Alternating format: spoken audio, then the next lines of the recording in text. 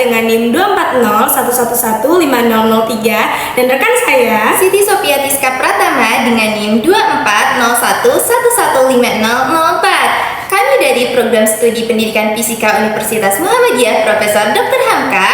Lewat video ini kami akan melakukan praktikum termodinamika dengan judul konduktivitas termal. Nah, sebelum kita ke praktikumnya, kita harus tahu dulu nih tujuan praktikum kali ini itu apa sih? Untuk tujuan praktikum kali ini, yang pertama kita itu dapat mengukur konduktivitas termal tiap bahan-bahan yang berbeda. Selanjutnya kita juga dapat menentukan nih apakah bahan tersebut itu konduktor ataupun isolator, teman-teman. Oke, selanjutnya masuk ke apa itu konduktivitas termal. Apa ya konduktivitas termal itu? Jadi, konduktivitas termal adalah salah satu sifat dasar material yang menunjukkan seberapa cepat kalor dapat mengalir melalui bahan. Material dengan nilai konduktivitas termal yang tinggi akan lebih cepat menyebarkan panas dibandingkan dengan material dengan konduktivitas termal yang lebih rendah. Hal ini menyebabkan bahwasannya konduktivitas termal sangat berpengaruh dengan proses perpindahan suatu kalor.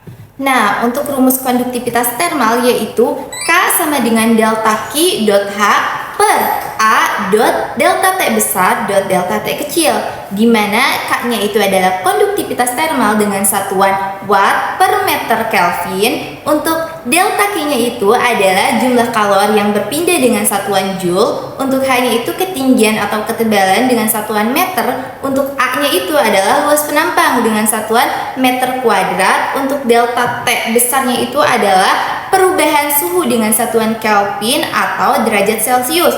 Untuk delta T kecilnya itu adalah selang waktu dengan satuan second. Itulah rumus konduktivitas termal. Ada 3 cara energi panas berpindah dari satu titik ke titik yang lain. Pertama, ada konduksi, yaitu perpindahan melalui getaran partikel tanpa perpindahan massa. Yang kedua, ada konveksi, perpindahan yang disertai dengan perpindahan partikel zatnya. Dan yang ketiga, ada radiasi, yaitu perpindahan melalui gelombang elektromagnetik tanpa memerlukan medium. Oh, jadi ada 3 cara ya, Kak? Kak, kira-kira konduktivitas termal ini untuk di kehidupan sehari-harinya apa ya contohnya? Nah, contoh konduktivitas termal dalam kehidupan sehari-hari yaitu ada di peralatan memasak seperti panci ataupun wajan. Kenapa sih ini termasuk ke dalam contoh kehidupan sehari-hari dari konduktivitas termal? Karena panci dan wajan itu kan bahannya dari aluminium ataupun tembaga. Nah, ini itu dapat menghantarkan panas lebih cepat, jadi makanan bisa cepat matang. Kemudian ada juga nih gagang panci ataupun gagang wajan, itu tuh terbuat dari bahan isolator seperti kayu ataupun plastik. Kenapa bahannya berbeda dengan pancinya? Karena kalau bahan isolator itu kan nggak cepat menghantarkan panas ya, jadi aman ketika kita memegang pancinya. Seperti itu, Kak. Berarti termos juga termasuk ya? Karena kan termos menggunakan bahan isolator dengan nilai konduktivitas termal yang rendah, sehingga termos menghambat perpindahan kalor. Maka dari itu, si suhu di dalam termos ini tetap terjaga lebih lama. Nah, iya betul. Oke, lanjut saja kita ke praktikumnya. Let's go! Sebelum praktikum, kita mencatat suhu dan kelembaman pada ruangan. Untuk alat dan bahannya yaitu es batu, 1 set alat konduktivitas termal dan steam generator, gelas ukur, selang pipa, kabel penghubung, jangka sorong penggaris dan mikrometer skrup, 2 sampel kaca dan kayu, stopwatch, neraca Ohaus, dan termometer. Prosedur praktikum. Pertama, kita ukur ketebalan bahan dengan menggunakan mikrometer skrup. Selanjutnya, mengukur lebar bahan menggunakan penggaris.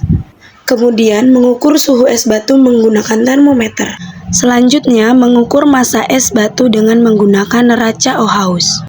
Kemudian, mengukur diameter es batu menggunakan jangka sorong. Lalu mencatat pada data alat. Ketika bahan tidak dipanaskan, Memasang bahan ke alat konduktivitas termal, kemudian putar pengencang agar tidak longgar. Setting stopwatch selama 3 menit, Kemudian pindahkan es batu ke atas sampel. Tunggu perubahan selama 3 menit. Sedikit demi sedikit es batu mencair dan tetesannya masuk ke gelas ukur. Setelah 3 menit, pindahkan es batu ke neraca Ohaus. Kemudian mengukur kembali massa es batu. Selanjutnya, mengukur kembali suhu es batunya. Kemudian mengamati volume hasil tetesan es batu dan mencatatnya di tabel pengamatan. Mengulangi langkah sebanyak 5 kali dan lakukan hal yang sama untuk sampel bahan kaca. Ketika bahan dipanaskan, menuangkan air sebanyak 300 ml ke dalam steam generator. Kemudian tutup dengan penutupnya. Menghubungkan kabel steam generator ke sambungan listrik. Memasangkan selang pipa dari tutup steam generator ke alat konduktivitas termal. Kemudian kita tekan tombol on dan mengatur suhu pemanasnya.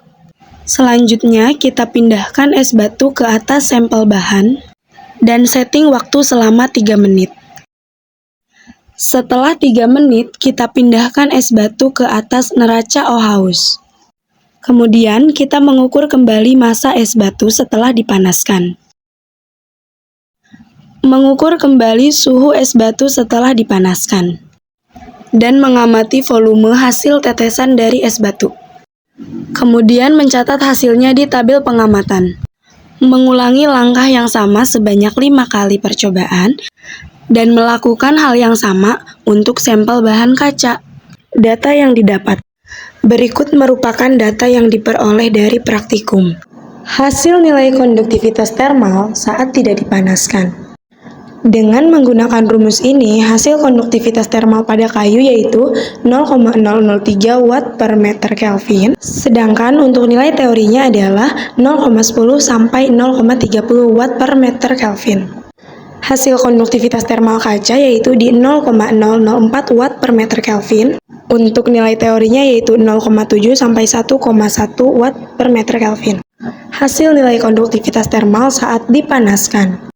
Untuk kayu yaitu 0,008 Watt per meter Kelvin dan untuk kaca yaitu 0,043 Watt per meter Kelvin. Berikut merupakan diagram perbandingan konduktivitas termal antara kayu dan kaca ketika dipanaskan dan ketika tidak dipanaskan. Nilai konduktivitas termal kaca cenderung lebih besar daripada kayu karena struktur kepadatan materialnya yang lebih tinggi dan minimnya rongga udara yang memungkinkan panas berpindah lebih cepat. Sekian video praktikum konduktivitas termal dari kami. Semoga bermanfaat. Wassalamualaikum warahmatullahi wabarakatuh.